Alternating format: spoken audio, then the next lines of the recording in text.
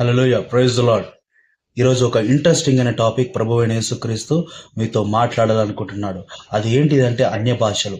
మనకు వ్యక్తిగతంగా మనం అందరము చాలా సంఘాలకి చెందిన వారంగా ఉంటాం. కొందరేమో సిఎస్ఐ సంఘానికి వెళ్తూ ఉంటారు, కొందరేమో ఇండిపెండెంట్ చర్చెస్కి వెళ్తూ ఉంటారు, కొందరేమో డిఫరెంట్ డిఫరెంట్ డినామినేషన్స్కి చెందిన వారుగా ఉంటారు. కానీ ఈ యొక్క అన్య భాషలు మనం అక్కడక్కడ కొన్ని కొన్ని సంఘాలలోనే మనం చూస్తూ ఉంటాం.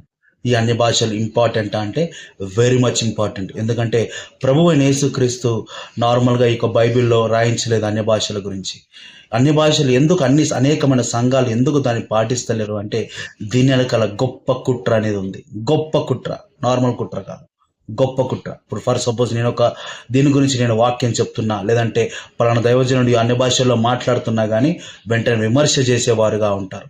ఎందుకంటే దీని వెనకాల ఎందుకు కుట్ర జరుగుతుంది అంటే ఇక్కడ వాక్యం చాలా క్లియర్గా చెప్తా ఉంది.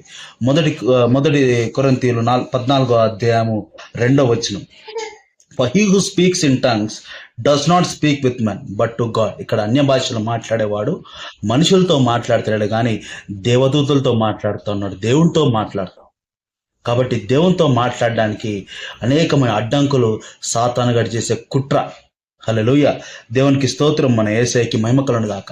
ఈ అన్య భాషలు అనేది చాలా ప్రాముఖ్యమైనది ప్రియ సహోదరుడా. మనము యోహాను సువార్త 3వ అధ్యాయంలో కూడా మనం వాక్యం చాలా స్పష్టంగా చూస్తూ ఉంటాం.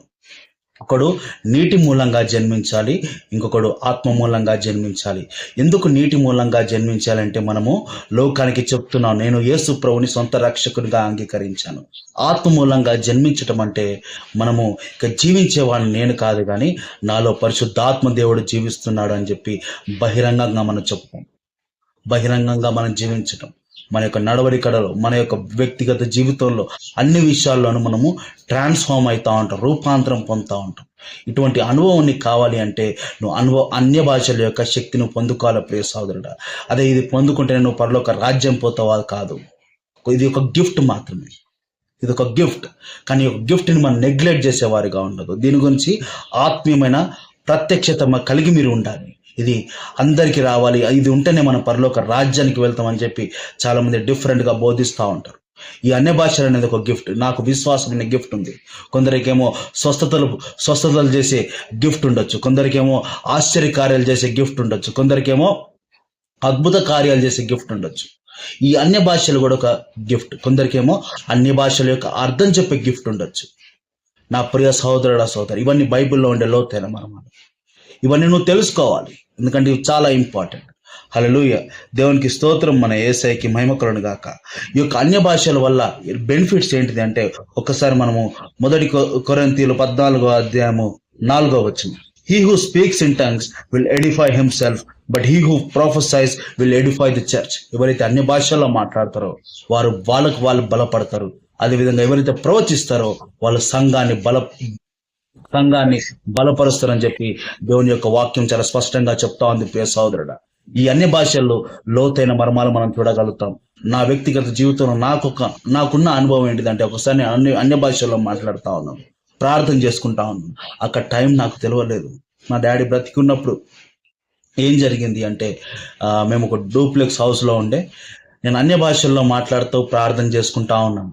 అక్కడ ఏం జరిగింది అంటే నేను పైన ఉన్నప్పుడు మా ఫాదర్ రాత్రి 2 గంటలప్పుడు బయటికి వచ్చి ఏంద్రా అఖిల్ నువ్వు ఇంకా పడుకోలేదా, ఏంది గట్టిగా ప్రార్థన చేస్తున్నావు అని చెప్పి ఆ కింద నుంచి పైకి అరిచినప్పుడు ఆ అరుపుకి నేను లేవటం జరిగింది. అంటే ఈ అన్య భాషల్లో ఉన్నప్పుడు నీ యొక్క ఆత్మ నీ కంట్రోల్లో ఉండదు. నీ యొక్క ఆత్మ దేవునితోటి సన్నిహిత సంబంధం కలిగి జీవిస్తూ ఉంటుంది ప్రియ సహోదరుడా. ఇటువంటి గొప్ప అనుభవం నీకు ఉండాలి. ఈ అన్య భాషల్లో చాలా మంది నెగ్లెక్ట్ చేసి ఏదో మాట్లాడుతున్నారని చెప్పి వ్యక్తిగతంగా మాట్లాడుతా ఉన్నాను. బైబిల్లో ఉంది, నేను మాట్లాడుతూ ఉన్నాను, బైబిల్లో ఉందే చెప్తా ఉన్నాను.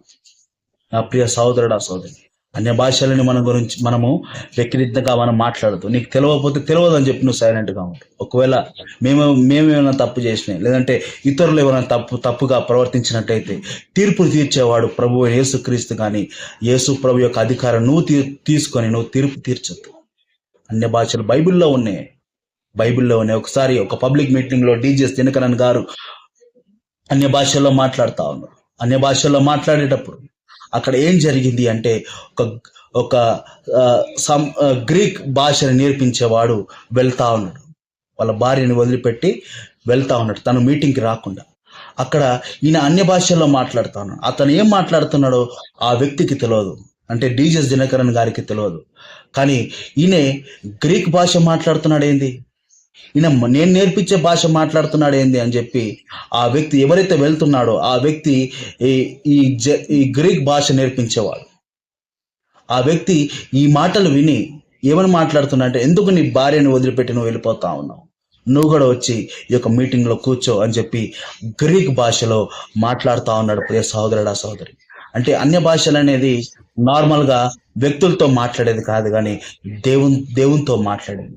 దీంట్లో లోతైన మర్మాలు ఉన్నాయి. ఒకసారి నేను అన్య భాషలో మాట్లాడుతూ నేను ఒక ప్రాంతం నుంచి ఇంకో ప్రాంతానికి నేను నార్మల్గా వెళ్ళిపోతూనే ఉంటాను.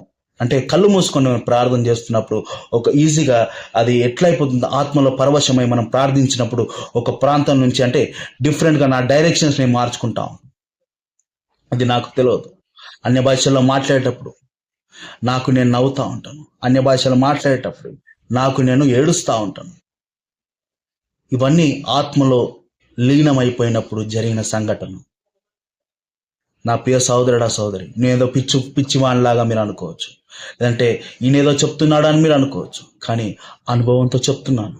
అన్య భాషలు మనం నెగ్లెక్ట్ చేయొద్దు. అన్య భాషల గురించి మనం వ్యక్తిగతంగా మాట్లాడదు. ఎందుకంటే ఈ అన్య భాషలు అనేది బైబిల్లో ఉన్నాయి, జరుగుతూ ఉంది. ఇది అన్య భాషలు ఉంటేనే నువ్వు పరలోక రాజ్యం పోతావా కాదు. ఇది ఒక గిఫ్ట్ మాత్రమే. ఈ గిఫ్ట్ గురించి మీరు తెలుసుకోవాలని చెప్పి పరిశుద్ధాత్మ దేవుడు నీతో మాట్లాడుతున్నాడు. ప్రియ సహోదరుడా, దేవుడి వాక్యం నీ హృదయంలో నిలుపును కాదు. Praise the lord. ప్రార్థన చేసుకుందాం. దయచేసి ఏకీభవించండి. సజీవుడానికి వేలాది స్తోత్రాలైనా, గొప్ప దేవుడానికి వేలాది స్తోత్రాలు తండ్రి. దేవాన్ని కృపచేత తండ్రి, లోతైన మర్మాన దేవ మీరు మాకు నేర్పించి ఉన్నారు యేసయ్య. మా యొక్క బలహీన సమయంలో తండ్రి నీ యొక్క ఆత్మ ద్వారా మీరు మమ్మల్ని బలపరుస్తున్నారు తండ్రి. నీకు వందనాలు. ఆత్మీయ ప్రత్యక్షత ప్రతి ఒక్క బిడ్డకి మీరు అందజేయండి. సజీవుడని యేసుక్రీస్తు నామములో ప్రార్థిస్తున్నాం తండ్రి. ఆమేన్. దేవునికి స్తోత్రం. మన యేసయ్యకి మహిమ కలుగును గాక. Praise the lord.